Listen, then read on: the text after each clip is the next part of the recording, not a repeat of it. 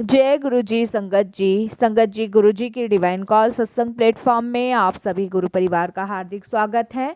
अगर कोई भी संगत अपना सत्संग हम लोगों के साथ साझा करना चाहती है तो वो साफ राइटिंग में अपना सत्संग लिखकर हमारी जीमेल आईडी पर सेंड कर सकती हैं। आपके द्वारा सुनाए गए सत्संग से जो गुरु जी की नई जुड़ने वाली संगत है उनके कल्याण महिमा अनुभव के बारे में ज़्यादा से ज़्यादा पता चलेगा। संगत जी गुरु जी के चरणों में मेरा कोटि कोटि प्रणाम। जय गुरु जी। साथ संगत जी, आज का जो सत्संग हम लोग आपके साथ शेयर करने जा रहे हैं निशा आंटी का है और मैं उन्हीं के शब्दों में आपसे सत्संग साझा करूंगी। संगत जी, सत्संग साझा करने से पहले मैं गुरु जी का मंत्र जाप करूंगी। ओम नमः शिवाय, शिव जी सदा सहाय। ओम नमः शिवाय, गुरु जी सदा सहाय। कहने को तो संगत जी बहुत छोटा सा मंत्र है, लेकिन इसकी महानता, इसकी गुणवत्ता अपने आप में बहुत दिव्य है, बहुत डिवाइन है। संगत जी, पहले गुरुजी जब एम्पायर स्टेट में बैठते थे, बड़े मंदिर में बैठते थे, तब गुरुजी हर किसी को मंत्र जाप नहीं देते थे। मंत्र जाप किसी किसी को ही गुरुजी के द्वारा ब्लेस किया जाता था। लेकिन संगत जी, जब संगत तो बढ़ने लग गई, तब संगत जी गुरुजी ने ये मंत्र जाप सबको ब्लेस किया, सब संगतों को ब्लेस किया। आज संगत जी, अगर हम किसी बीमारी से ग्रस्त हैं और हम गुरु जी के स्वरूप के सामने बैठ के लगातार मंत्र जाप करते हैं, हमें नहीं पता चलता संगत जी कब वो बीमारी हमारी गायब होती है। संगत जी, वैसे तो गुरु जी के साथ मेरी जर्नी जन्म जन्मांतरों की है, लेकिन अगर सही मानने में मानवी रूपी चोले में जब गुरु जी थे या फिर जो अब मैं हूँ, तब से मेरी जर्नी गुरु जी के साथ 2020 से शुरू हुई है। वैसे तो संगत जी, मैं आपको बता दूं कि जब गुरु जी फिजिकल फॉर्म में थे, उस चीज को मैं आज तक महसूस करती हूँ। संगत जी, गुरु जी हमारा हाथ, हमारा साथ, हमारे अंग संग जब होते हैं, जब हम हर तरीके से टूट चुके होते हैं, जब रिश्ते ऐसे बिखरते हैं ना, जैसे कांच के टूटने से जिंदगियां बिखर जाती हैं, उसी तरीके से संगत जी रिश्ते भी ऐसे बिखर जाते हैं। और उस समय समझ नहीं आता कौन सा रिश्ता कहाँ से जोड़ा जाए या कौन सी परेशानी कहाँ पे समेटी जाए, कुछ नहीं समझ आता। संगत जी, मेरे अंकल के साथ मेरे रिश्ते सही नहीं चल रहे थे, क्योंकि मेरे अंकल हमेशा नशे में धुत रहते थे। ना बच्चों की फिक्र थी, ना परिवार की फिक्र थी, और अकेले थे, तो इसीलिए संगत जी घर वालों के लाड़ प्यार में इतने बिगड़ चुके थे, काम करने की आदत ही नहीं थी। संगत जी, मेरी शादी को 22 साल हो गए हैं। 22 साल पहले मेरे अंकल कोई काम नहीं करते थे, कुछ भी, सारी जिम्मेदारियां मेरे को ही संभालनी होती थी। संगत जी, माँ हूँ, माँ के लिए आप सभी लोग जानते हैं कि उसके बच्चे पढ़े लिखे भी हों, संस्कारी भी हों, और जो मेरे साथ घटित हुआ वो मेरी बेटियों के साथ घटित ना हो। संगत जी, शादी हुई तो संगत जी ये पता चला कि पति बहुत अच्छी कंपनी में जॉब करते हैं। जब शादी होकर आई तो ये पता चला कि बेटे को इतना लाड प्यार में रख रखा है कि उसको तो नशे की आदत है और वो तो कोई भी काम नहीं करता है। संगत जी, जिंदगी चलती रही, रिश्ते यूं ही टूटते बिखरते रहे। किसी अपने ने साथ नहीं दिया, किसी रिश्तेदारों ने साथ नहीं दिया, किसी भाई बहन ने साथ नहीं दिया। उस समय साथ दिया तो सिर्फ और गुरुजी ने, और किसी ने नहीं। एक वही आसरा मेरे पास था संगत जी, जिसको लेके मैं चलती थी, जिसको लेके मैं जीती थी। मैं आपको बताती हूँ संगत जी कि मैं घर में सिलाई का काम करती थी। संगत जी, वैसे सत्संग तो मेरा बहुत लंबा है, लेकिन मैं बीच में ही ये सुनाऊंगी, क्योंकि शायद इतना मैं गुरुजी ना मुझसे बुलवा पाए। जो आज उन्हें बुलवाना है वही बुलवाएं, क्योंकि सत्संग मेरे संगत जी बहुत है, बहुत, जो गुरुजी की असीम कृपा मेरे पे रही है। संगत जी, मैं सिलाई का काम करती थी। घरों में लोग कपड़े दे जाते थे, वही सिलती थी, उसी से अपना गुजारा करती थी। संगत जी, अंकल मेरे काम बिल्कुल नहीं करते थे। बच्चे मेरे छोटे थे, 2 बच्चे थे मेरे, 2 बेटियां थी। संगत जी, अगर बेटा होता तो मन में एक सुकून ये रहता कि कल को ये बड़ा होगा, अपनी बहनों को सँभालेगा। लेकिन संगत जी, 2 बेटियाँ थी, चिंतित थी, परेशान थी कि बेटियाँ हैं, कैसे गुज़ारा होगा? अंकल काम नहीं करते हैं, जो उनके हिस्से की प्रॉपर्टी आई, जो संपत्ति आई, जो भी था उनके घरवालों ने उनको दिया, वो भी अंकल ने धीरे-धीरे बेचना शुरू कर दिया। ले दे के संगत जी हमारे पास वो घर ही बचा था, बस और कुछ नहीं था। वो घर भी मेरी मदर इन लॉ सास के नाम था, तो इसलिए वो बिक नहीं पा रहा था, नहीं तो अंकल उसको भी कब का बेच देते थे। संगत जी, कहने को घर बहुत बड़ा था और रहते तो जो हम थे उस घर के अंदर वो हमें पता था, सिर्फ कहने के लिए था और पास हमारे पास कुछ नहीं था। मैं ही संगत जी जो सिलाई के पैसों से काम कर लेती थी, उससे बस साग सब्जी आती थी, बच्चे पढ़ते नहीं थे, घर में ही रहते थे। संगत जी, बिल्कुल जिंदगी अंधेरे में डूब चुकी थी। माँ बाप थे नहीं, भाई भाभी ने शादी करी थी। शादी करने के बाद उन्होंने पीछे मुड़ के नहीं देखा कि मेरी बहन कैसी है, मेरी नंद कैसी है, किसी ने कोई भी मतलब ताल्लुकात नहीं रखा। ऐसे रिश्ते बिखरे टूटे संगत जी, जैसे कांच की बोतल टूटती है और रिश्ते बिखर जाते हैं। संगत जी, दिवाली के आसपास के दिन चल रहे थे उस दिन, और संगत जी 2020 के आसपास की बात है, जब गुरुजी से पहली मुलाकात हुई, गुरुजी से पहला कनेक्शन बना, गुरुजी के साथ पहले गुरुजी का बुलावा आया, ये कह सकते हैं। संगत जी, एक संगत आंटी आई थी, उस समय मैं नहीं जानती, मेरे लिए तो सिर्फ वो ग्राहक थी, जो किसी ने बताया था, या ये कह सकते हैं कि वो शायद गुरुजी का बुलावा था, गुरुजी ने भेजा था। वो आंटी आती हैं और कहती है कि आप सिलाई करते हो? मैंने कहा हाँ जी। तो वो मुझसे कहती हैं कि भई आप सिलाई अगर करते हो तो मेरे भाई की बेटी की शादी है और मुझे ये लहंगे का ब्लाउज है, ये जल्द से जल्द सिलवाना है, अगर आप 2 दिन में मुझे इसको सिल के दे दो तो। संगत जी, मैंने वो ब्लाउज ले लिया, क्योंकि कहते हैं ना कि जब इंसान की परिस्थिति खराब होती है तो रात दिन उसे सिर्फ अपने बच्चों की लगती है। मुझे भी उसी तरीके संगत जी अपने बच्चों की ही चिंता थी। संगत जी, मैंने वो ब्लाउज सिला, और जब मैंने ब्लाउज सिल दिया, उसके 2 दिन बाद, जिस दिन का वो टाइम दे गई थी, उस दिन वो आंटी मेरे घर आती हैं। और संगत जी, वो आंटी मेरे घर आती हैं और उनके पास में एक बहुत सुंदर, बहुत बड़ा गुरुजी का स्वरूप होता है उनके पास। मतलब गुरुजी का स्वरूप लगा हुआ होता है येलो कलर के चोले में। और संगत जी, वो मुझसे पूछती हैं कि आपके पास कोई कुर्सी है क्या? मैंने कहा हाँ जी, मैं अपनी बेटी को कहती हूँ, शोभा नाम था, कि शोभा बेटे कुर्सी दे दो। तो कुर्सी देती है, वो स्वरूप को कुर्सी पे रख देती हैं और मुझसे कहती है कि ठीक है, मैं ये ब्लाउज एक बार चेक कर लेती हूँ, कोई कमी होगी तो फिर आप इसको ठीक कर देना। मैंने कहा ठीक है।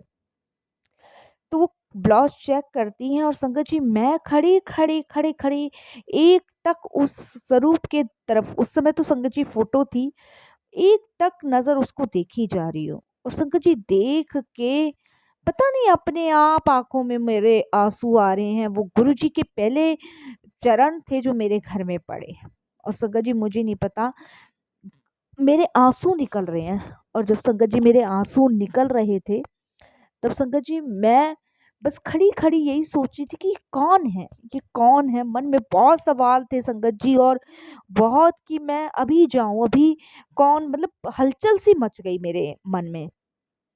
वो आंटी ट्रायल रूम में से बाहर आती हैं, चेक करती हैं, कहती है फिटिंग तो सही है। तो वो मुझे देख के बोलती हैं आप रो क्यों रहे हो?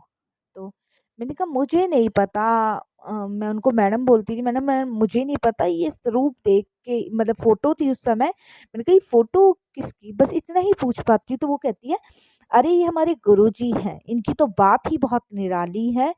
और संगत जी, जब वो बात करने गुरुजी की बैठती तो वो बहुत अनुभव, बहुत सत्संग मेरे को सुना देती हैं। संगत जी, जब वो सत्संग मुझे बहुत ज़्यादा सुनाती हैं, मैं उनसे बोलती हूँ कि आप मुझे ना इनका कोई स्वरूप दे सकते हो, या फिर कोई भी इनकी फ़ोटो वग़ैरह, चित्र वग़ैरह, मैं ऐसे करके बोलती हूँ। तो वो मुझे कहती है आंटी देखो, अब तो मैं आ नहीं पाऊँगी क्योंकि मेरे भाई के यहाँ शादी है, तो मैं मेरे पास ना एक ये मेरे हाथ में ब्रेसलेट है, उनके हाथ में ब्रेसलेट था संगत जी, और वो मुझे कहती है ठीक है मैं आपको ना ये ब्रेसलेट दे देती हूँ। संगत जी वो अपना ब्रेसलेट मुझे उतार के देती हैं। संगत जी ये था गुरुजी से पहला कनेक्शन मेरा। जब वो ब्रेसलेट मुझे देती हैं, संगत जी आप यकीन नहीं मानोगे, वो ब्रेसलेट देकर और वो चली जाती हैं अपना ब्लाउज लेके, पैसे वगैरह सब दे के वो चली जाती हैं। और संगत जी उस दिन मेरा काम में मन नहीं लग रहा, मेरे पास कपड़े थे, काम में मेरा मन ही नहीं लग रहा, मेरे मन में हलचल एकदम से पैदा हो गई थी। संगत जी शाम के समय अंकल आए, नशे में धुत थे, बिल्कुल नशे में धुत।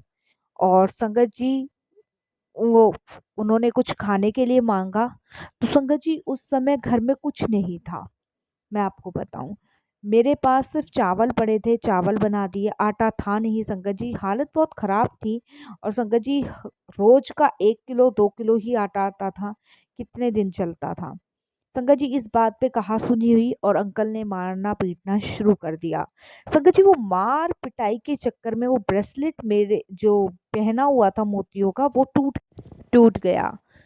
और संगत जी उसके बाद मैं बहुत चिंता में, बहुत टेंशन में, क्योंकि संगत जी मोती खो गए वो बात अलग थी, लेकिन वो ब्रेसलेट टूट गया जिसमें गुरुजी का स्वरूप था, उसके लिए संगत जी मैं बड़ा परेशान थी। मैंने अपने बच्चों को लगाया, खुद ढूंढा।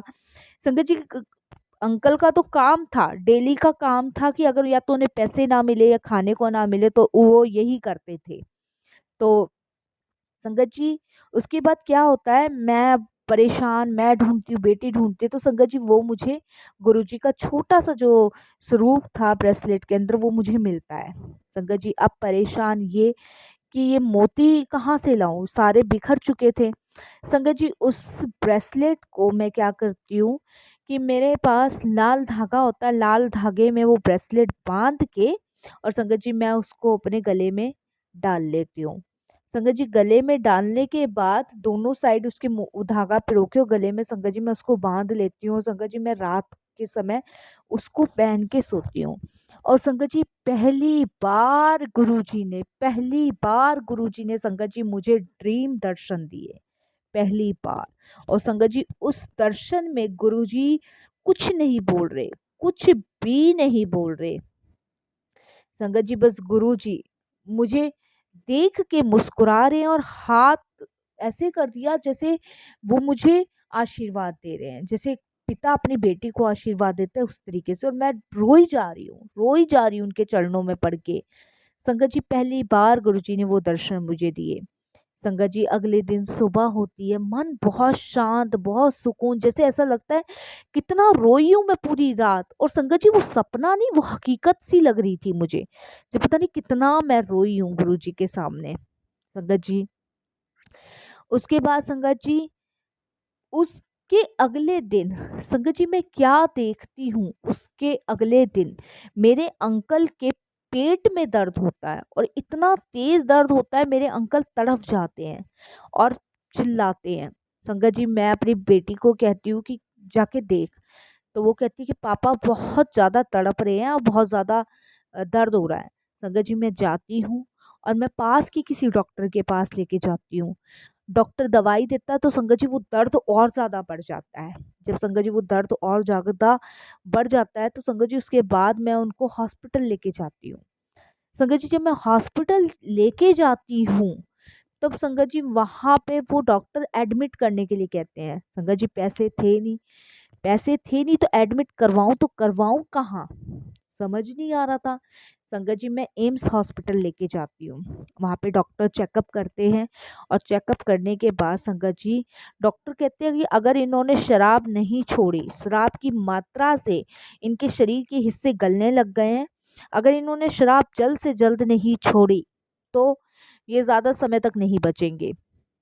संगत जी ये बात मेरे अंकल भी सुनते हैं, लेकिन मेरे अंकल इसको इग्नोर करके दवाई लेके उनको आराम मिलता है और संगत जी वो रात को फिर पीना शुरू कर देते हैं। संगत जी ऐसी हालत मेरे अंकल की हो गई कि मैं आपको बता नहीं सकती कि अब गए, लेकिन पीना उन्होंने नहीं छोड़ा। संगत जी अब चाहे भला है बुरा है कैसा भी है, पति तो पति है, क्योंकि संगत जी पति है तो शायद समाज में औरत जी सकती है, और नहीं तो संगत जी बच्चे छोटे-छोटे क्या करूँ मैं, कैसे करूँ? संगत फिर देखिए संगत जी गुरुजी की लीला, दिन बीतते गए। कुछ दिन बाद वो औरत फिर मेरे पास आती है अपने बच्चे की स्कर्ट को सिलवाने के लिए। संगत जी मैं जब उसकी स्कर्ट के सिलने के लिए नाप ले रही होती तो वो मुझे बोलती है कि तुम गुरुजी के बारे में तुम्हें कैसा लगा? गुरुजी की कृपा तुम पर हो गई। वो गुरुजी की बात करती है, तब मैं उनसे बोलती हूँ कि गुरुजी कहाँ बैठते हैं? मुझे गुरुजी से मिलना है और ऐसे-ऐसे मेरे अंकल ये बात है। तो आंटी बताती है गुरुजी तो अपने फिज़िकल फ़ॉर्म में है ही नहीं, उन्होंने तो चोला छोड़ दिया है। तो वो कहती है कि देखिए ये है संगत जी गुरुजी, गुरु परिवार, ये है गुरुजी की कृपा कि सब मदद करने के लिए गुरुजी किसी न किसी को भेज देते हैं। वो आंटी कहती हैं कि कल सोमवार है और अगर तुम्हें चलना हो तो मेरे हस्बैंड और मैं गाड़ी से जाते हैं, हमारे साथ बड़े मंदिर चलो और वहाँ से तुम अपने पति के लिए लोटा ब्लेस करवा के लाना और देखना तुम्हारे अंकल सही हो जाएँगे। संगत जी मैं जाती हूँ उनके साथ बड़े मंदिर, और संगत जी वहाँ से मैं एक लोटा ब्लेस करवा के लाती हूँ। और संगत जी वो शांति, वो सुकून और वो रौनक उस बड़े मंदिर में मैंने देखी, मुझे मिली, मैं आपको बता नहीं सकती संगत जी। संगत जी जैसे-जैसे उन आंटी ने बताया वैसे-वैसे संगत जी वो आंटी के रूप में गुरुजी मेरे पास आए। संगत जी लोटा ब्लेस करवा के लाई, आधा जल पिलाया, आधे से नहलाया, और संगत जी आप यकीन नहीं मानोगे, मेरे अंकल दिन ब दिन ठीक होने लगे। और संगत जी कब में मुझे नहीं पता कि बच्चों के लिए कभी मेरे अंकल एक टॉफ़ी भी खरीद के लाए होंगे। हमेशा जुए में, ताश में, दारू में, न जाने सब में पैसे गँवा देते थे। संगत जी उसके बाद पहली बार मेरे अंकल संगत जी पहली बार बच्चों के लिए संगत जी कुछ खरीद के लाए। संगत जी गुरुजी की कृपा से मेरे अंकल नौकरी करने लगे। दिन पर दिन संगत जी हालात सुधरने लगे, सब गुरुजी की कृपा से। सत्संग बहुत ज़्यादा ही लंबा हो जाएगा संगत जी। बस मैं आज जो मेरे घर में परिस्थितियाँ हैं वो सिर्फ़ गुरुजी की कृपा से सब कुछ ठीक है। आज जो ज़िंदगी का आनंद हम उठा रहे हैं वो गुरुजी की कृपा से। सब कुछ गुरुजी ने हमें ब्लेस किया संगत जी। मेरे बच्चे आज आप यकीन नहीं मानोगे, बहुत अपने अपने कामयाबी का आनंद ले रहे हैं सिर्फ गुरुजी की कृपा से। संगत जी अब तो मेरे अंकल गुरुजी के चरणों में जा चुके हैं और उनको भी गुरुजी ने अपने चरणों में ही स्थान दी होगी। और संगत जी जो मेरा बुढ़ापा है बहुत अच्छे से कट रहा है सिर्फ गुरुजी की कृपा से। जितना शुक्राना मैं गुरुजी का करूँ उतना ही कम है।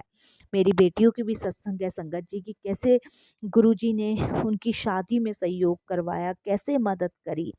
फिर गुरुजी की आज्ञा हुई संगत जी, फिर मैं सत्संग सभी गुरु परिवार के साथ शेयर करूँगी, बहुत लंबा हो जाएगा, इसलिए मैं वाणी को यहीं विराम देती हूँ। कोई भूल चूक हो जाए, कैसी भी भूल चूक हो जाए, माफ़ कीजिएगा संगत जी।